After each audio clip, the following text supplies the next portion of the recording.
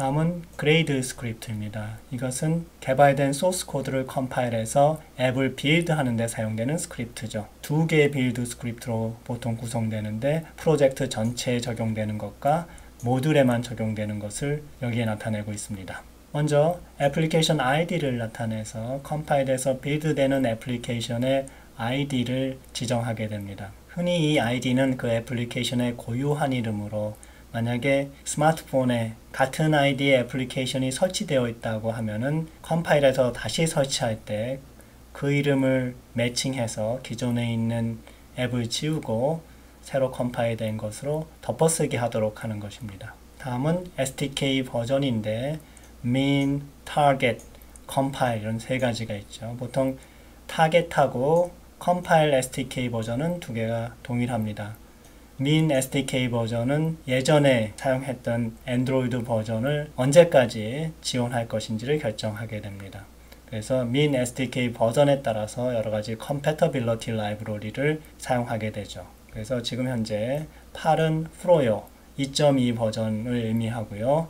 이때 compatibility 라이브러리 버전 7을 사용하도록 하고 있습니다. 이와 같은 내용들은 자동으로 생성이 되며 앞에서 create a new Android project 할 때 이 파일이 자동으로 생성된 겁니다. 그래서 여러분들이 별도로 다른 compatibility 라이브러리를 설정한다거나 새로운 SDK를 사용하지 않는 이상 이것을 손댈 필요는 없게 됩니다.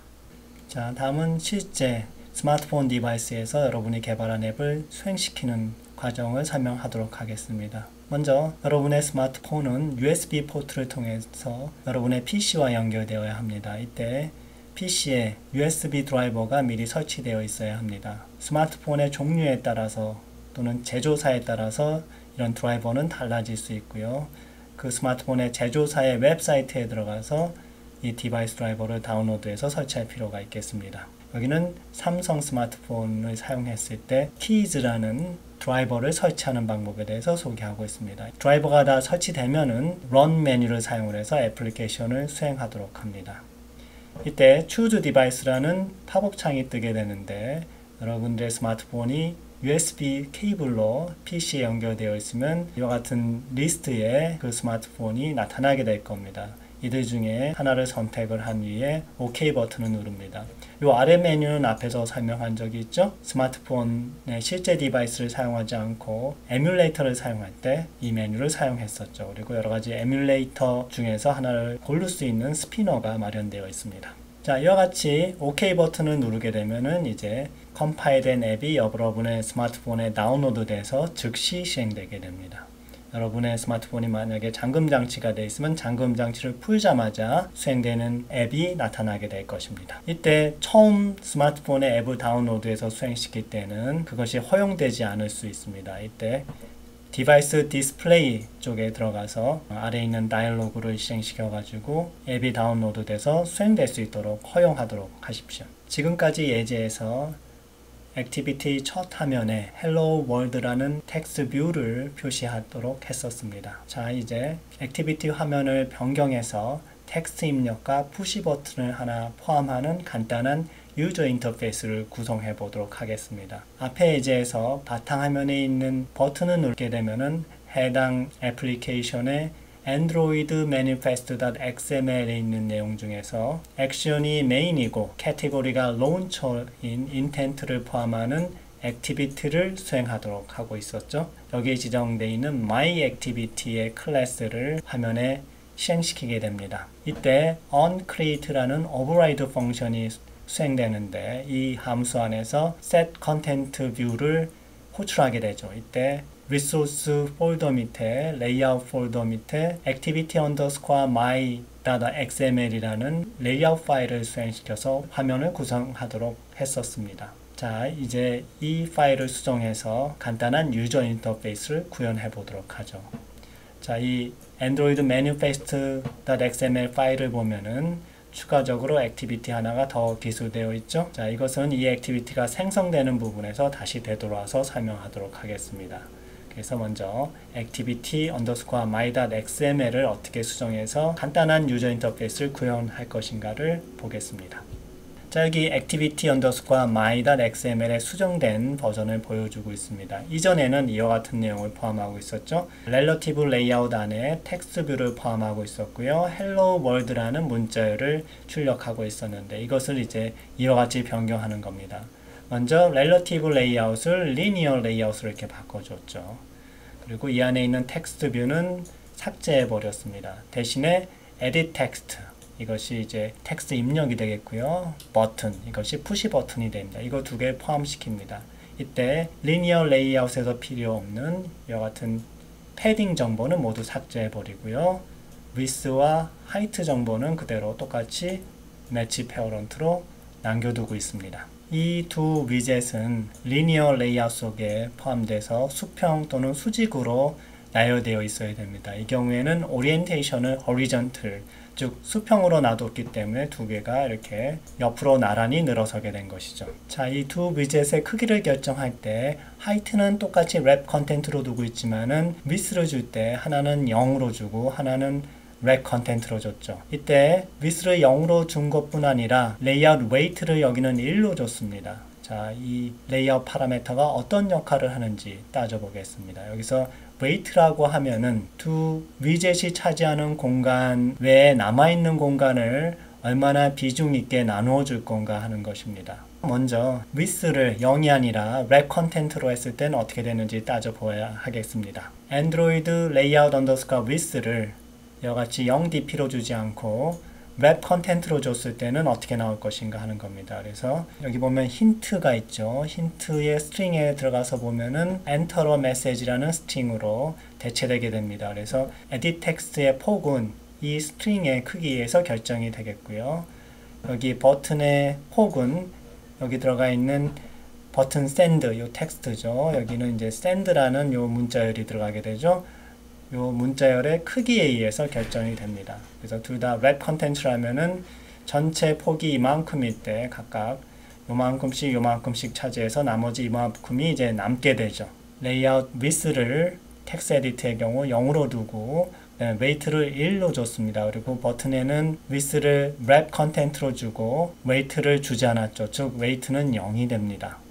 자, 이 weight의 의미는 뭐냐면 두 개의 위젯이 차지하고 남은 이 공간을 이 두 개의 위젯 중에 몇 %씩 줄 거냐 하는 겁니다. edit 텍스트는 1이고 이쪽은 0이기 때문에 이 남은 공간을 모두 다 edit 텍스트에다 줘라 하는 거죠. 만약에 이것을 2로 하고 이것을 1로 하면은 남은 공간의 3분의 2는 edit 텍스트에 주고 3분의 1은 푸시 버튼에 주겠다. 이런 의미가 되겠습니다. 근데 지금은 1대 0이니까 모두 다 edit 텍스트에다 주죠. 그래서 이런 모양이 되는 겁니다. 버튼의 경우에는 요 문자열이 필요한 만큼만 가져가고 edit 텍스트는 자기가 필요한 것 이외에 남아있는 공간을 전부 다 차지하게 된 것이죠. 이와 같은 위젯에는 id를 줄 수가 있습니다. 이 id는 서로 위젯 간의 관계를 설정할 때나 또는 자바 코드에서 이 위젯을 참조하기 위해서 쓰이게 됩니다. 그래서 뒤에 이름이 나오는데 이 이름이 관계 설정이나 자바 코드에 참조해서 직접 사용이 되죠. 그래서 edit underscore message라는 이 이름이 사용된다는 의미죠.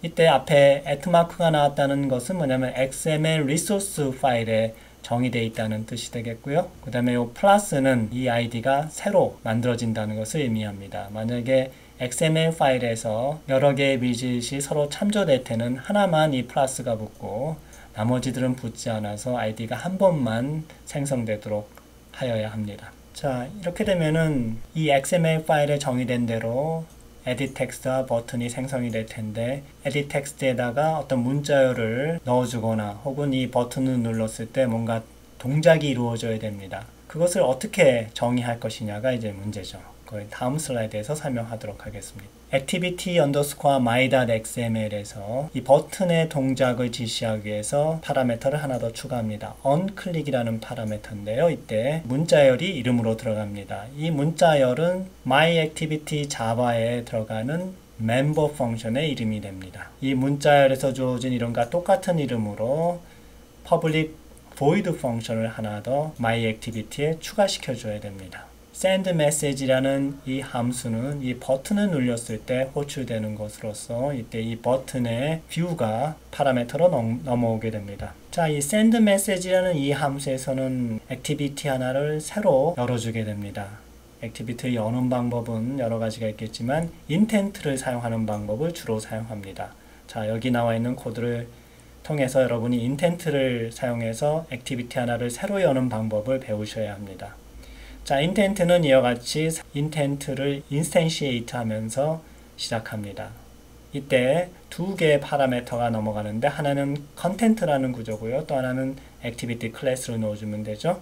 이때 첫 번째 content에 해당되는 게 this가 들어가는데 이거는 뭐냐면 여기 있는 activity라는 이 클래스가 사실은 content라는 클래스의 sub 클래스입니다. 그래서 my activity는 다시 action bar activity의 sub 클래스죠. 그래서 결국은 activity의 클래스가 됩니다. 그래서 이 activity 클래스를 넘겨주면은 그것이 content의 의미가 되고요. 열어주어야 할 클래스를 넘겨주는데 display message activity라는 클래스를 새로 정의해서 사용하게 될 거고요. 그것의 클래스를 두 번째 파라미터로 넘겨준다. 이런 의미가 되죠. 이 클래스는 뒤에서 다시 정의하도록 하겠습니다. 여러분이 처음에 이렇게 입력하게 되면 이 클래스 이름에 빨간색이 채색될 것입니다. 그것은 그 클래스가 어디인가에도 정의되지 않았다는 뜻이고요. 뒤에 가서 정의하면 그 색이 없어지게 될 겁니다. 자, 이 클래스를 띄우면서 어떤 정보를 전달해야 됩니다. 이 edit text에서 입력된 캐릭터 스트링을 새로 여는 액티비티에 전달해서 그것이 화면에 보이도록 하고자 합니다. 그래서 그 텍스트를 전달해야 되는데 그 방법이 여기 나와 있죠. 그래서 먼저 edit text를 찾아냅니다. 여기 XML에 이와 같이 지정되어 있는 edit text를 이와 같은 자바 코드에서 참조하려면 find view by id라는 함수를 사용합니다. 이때 리소스의 id를 넘겨주게 되면 이 id에 해당되는 클래스를 넘겨받게 되겠죠. 그래서 id는 리소스, 즉 res 폴더 밑에 여러가지 리소스 파일 중에 edit underscore message라는 id를 가지고 있는 리소스를 찾아라 하는 것이죠. 여기 그것이 나와 있죠. 그래서 여기 있는 이 edit text를 찾아다가 이 find view by id라는 함수가 넘겨주게 됩니다.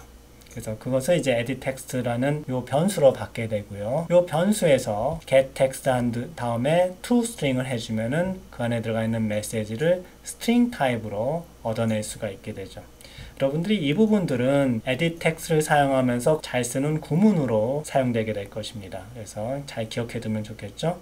그래서 얻어지는 이 메시지를 intent의 putx라는 함수로 이렇게 넘겨주는데 이 putx라는 이 함수는 키하고 value에 쌍으로 이렇게 항상 저장하고 있어서 이 앞에 주는 이름만 주면은 거기에 붙어 있는 이 값을 넘겨받는 함수가 뒤에 사용될 수 있도록 하고 있습니다. 자, 이렇게 되면 이제 intent에 어떤 클래스를 띄울 것인지, 그 클래스를 띄울 때 추가되는 정보는 뭔지가 다 포함되어 있고요. 그것을 start activity라는 함수를 불러서 실행시키게 되면 현재 떠있는 액티비티에 여기 지정되어 있는 display message activity라는 클래스를 더 열게 된다. 이런 뜻이 됩니다. 자, 그럼 이 start activity가 어떻게 display message activity를 띄우는지 따져볼까요? 이것의 열쇠는 manifest 파일에 있습니다. 자, start activity라는 함수를 호출하게 되면은 manifest 파일을 참조하게 됩니다. 그 안에 들어가 있는 애플리케이션 안에 들어가 있는 액티비티 중에서 주어진 이름 display message activity죠. 이것이 있는지 확인하고 그것의 클래스를 실행시키게 되는 것이죠. 이 경우에 intent 필터가 따로 필요하지는 않으나 오래된 버전에서는 이와 같이 스타트 액티비티를 통해서 새로운 액티비티를 띄울 때 추가적인 정보가 필요합니다. 그래서 올드 버전들을 위해서 메타데이터라는 필드가 더 추가되어 있죠. 그래서 페어런트 액티비티가 뭔지를 이렇게 표시해 주게 됩니다. 최신 버전에서는 이와 같은 메타데이터가 필요 없습니다. 스타트 액티비티라는 함수를 통해서 새로운 액티비티가 어떻게 화면에 나타나게 되는지 따져봤습니다. 자, 이제 이 새로운 액티비티를 생성시키는 코드를 작성해야죠. 자, 새로운 액티비티를 생성시키려면 프로젝트 창에서 앱을 선택한 후에 라이트 버튼을 누르게 되면은 Create a New Activity라는 메뉴가 나타나게 됩니다. 그 메뉴를 선택하게 되면은 이와 같은 팝업 창이 열리게 되죠. 이때 액티비티 네임을 주게 되면은 거기에 따라서 레이아웃 네임, 타이틀, 그 그다음에 메뉴 리소스 네임이 자동적으로 정해지게 됩니다. 물론 여러분이 이 이름을 원하는 대로 바꿔줘도 상관없습니다. 이때 hierarchical parent나 패키지 네임 같은 것도 이제 자동으로 생성이 되죠. 우리가 처음에 프로젝트를 생성할 때와 마찬가지로 자바 코드와 레이아웃 파일 그리고 메뉴 파일이 자동으로 생성이 됩니다. 그 파일들을 변경을 해서 원하는 액티비티를 작성하면 되겠습니다. 먼저 여기에 레이아웃 XML 파일하고 자바 코드를 같이 보여주고 있습니다. 여기 나와 있는 자바 코드는 수정된 코드인데요. 수정되기 전에는 이 부분이 없고요. set content view에 주는 파라미터가 이와 같이 r.layout.activity_display_message가 됩니다. 여기 나와 있는 activity_display_message라는 이 아이디는 여기는 activity_display_message.xml을 지칭하죠. 그래서 XML 파일에 있는 내용을 수행시켜서 두 번째 열리는 액티비티를 구성하게 되죠. 앞에서 봤던 거랑 거의 동일하죠. 여기 컨텍스트가 좀 다를 뿐입니다. 그래서 마찬가지로 hello world라는 문자열을 relative layout 상에서 보여주는 XML입니다. 패딩 정보도 그대로 다 들어가 있죠. 자, 그런데 우리가 이것을 수정해서 이와 같은 코드를 집어넣고 set content view에는 이 코드 안에서 만들어주는 이 text view를 대신 집어넣게 됩니다. 따라서 더 이상 이 XML 파일은 이제 필요 없게 되는 것이죠. 이 파일을 지워도 되고 그냥 남겨놔도 상관은 없습니다. 새로 생성된 display message activity라는 이 클래스의 onCreate 함수를 어떻게 바꾸는지 살펴보도록 합시다. 그래서 이 함수는 startActivity라는 함수에 의해서 실행되게 됩니다. 이때 putExtra라는 함수를 사용해서 부가적인 정보를 주었죠. 즉 edit text 안에 들어가 있는 문자열을 extra message라는 이름으로 보내줬었습니다. 그래서 그걸 먼저 가져와야 되죠. 그래서 시작하자마자 get intent라는 함수를 통해서 전달됐던 intent를 여기서 받을 수가 있죠. 그래서 그 intent에서 put extra로 넣어줬던 정보를 꺼냅니다. 그게 바로 get string extra라는 함수입니다. 그래서 extra 정보를 뽑아내는 함수는 여러 개가 있는데 타입별로 각각 다른 함수를 호출할 수 있습니다. 여기서는 이제 넣어줬던 값이 string이기 때문에 get string extra라는 함수를 사용을 하죠. put extra에서 넣어줬던 이름을 그대로 사용하면 됩니다. extra underscore message였는데 그것은 my activity라는 클래스에 정의되어 있죠. 그래서 이런 형태로 정의되어 있을 겁니다. 앞에 가서 슬라이드를 보면은 확인해 보실 수 있습니다. 그래서 요 이름이 그대로 여기에 참조돼서 쓰죠. 이때 다른 클래스에 있는 정보를 가져오려면 그 클래스 점 해가지고 거기에 들어가 있는 변수 이름을 액세스할 수가 있습니다. 그래서 이런 이름으로 저장되어 있는 스트링 값을 가져와라 하니까 아까 edit text에 있는 값을 넣어줬으니까 그 값이 이제 여기 되돌아오겠죠. 그래서 요 메시지를 가지고 여기에 전달이 됩니다. 자, 요 중간에 어떤 일이 있나 볼까요? 텍스트 뷰를 하나 새로 생성하고 있죠. 그리고 그 텍스트 크기를 40으로 좀 넉넉히 크게 줬습니다. 그리고 인텐트에서 가져온 메시지를 그 텍스트 문자열로 집어넣게 되죠.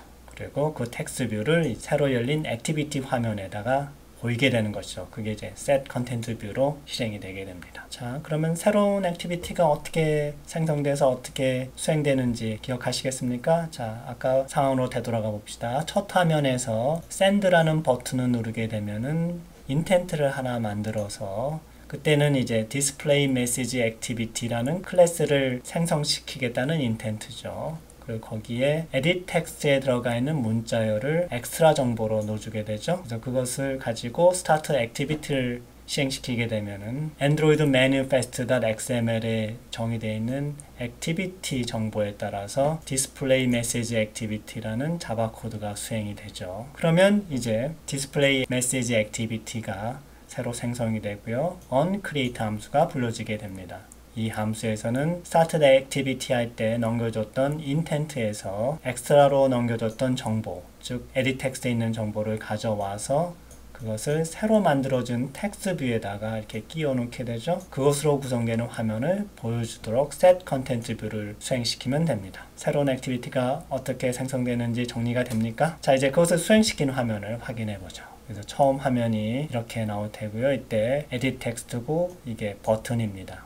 이 edit text 부분을 클릭하면은 이와 같은 키보드가 자동으로 나오게 됩니다. 여러분들이 이 키보드를 위해서 별도로 코딩을 해줄 필요가 없습니다. 물론 이 키보드에 대한 성격은 다른 함수로 규정할 수 있지만 일일이 이걸 다 그리거나 하는 작업들이 필요 없죠. 라이브러리에 다 준비가 되어 있습니다. 자, 그래서 이 키보드에 이제 버튼을 눌러서 Hi, I'm Professor Kim 이렇게 해서 문장을 다 쳐넣어 준 다음에 Send 버튼 누르면은 인텐트를 하나 만들어서 거기에 이 문자열을 엑스트라로 추가시킨 다음에 스타트 액티비티 함수를 부르죠. 그러면 이와 같이 새로운 클래스가 수행이 돼서 인텐트 안에 들어가 있는 엑스트라 정보에서 에디트 텍스트에 있는 정보를 가져와서 그것을 텍스트 뷰로 표현하고 있죠. 자, 이렇게 해서 수행되는 겁니다. 그래서 서로 다른 두 개의 액티비티가 차례로 수행되는 과정도 우리가 배울 수 있습니다. 자, 이것으로써 안드로이드 앱 프로그래밍 두 번째 시간을 마치도록 하겠습니다.